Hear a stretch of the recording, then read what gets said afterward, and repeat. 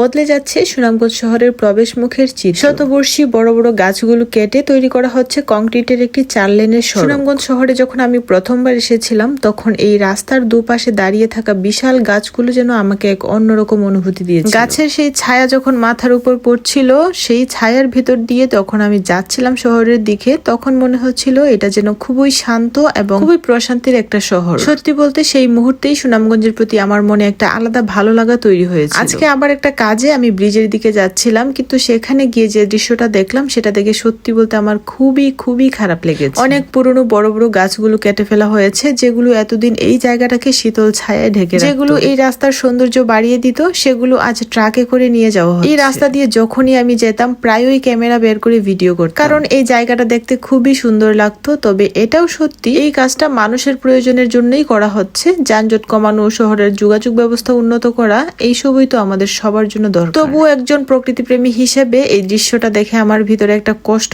থেকেই যায়। আমি শুধু একটা জিনিসই চাইবো, যেহেতু গাছগুলো কাটা হয়েছে, রাস্তার কাজ শেষ হওয়ার পর যেন আবার এই জায়গায় নতুন করে গাছ লাগানো হয় এবং সেই গাছগুলো সঠিকভাবে যত্ন নেওয়া হয়। কারণ আমাদের হাওড় অঞ্চলে ঝড় তুফান প্রায়ই হয়। এই বড় বড় গাছগুলো শুধু ছায়া দেয় না, বরং অনেক সময় আমাদের শহরকে প্রাকৃতিক দুর্যোগ থেকেও রক্ষা করে। সময় বদলাবে, শহর বদলাবে, রাস্তা বড় হবে, উন্নয়নও হবে, কিন্তু সেই উন্নয়নের সাথে যদি আমরা আবার সুনামগঞ্জকে সবুজে ভরে তুলতে পারি, তাহলে সেটাই হবে আমাদের শহরের জন্য সবচেয়ে সুন্দর ভবিষ্যৎ।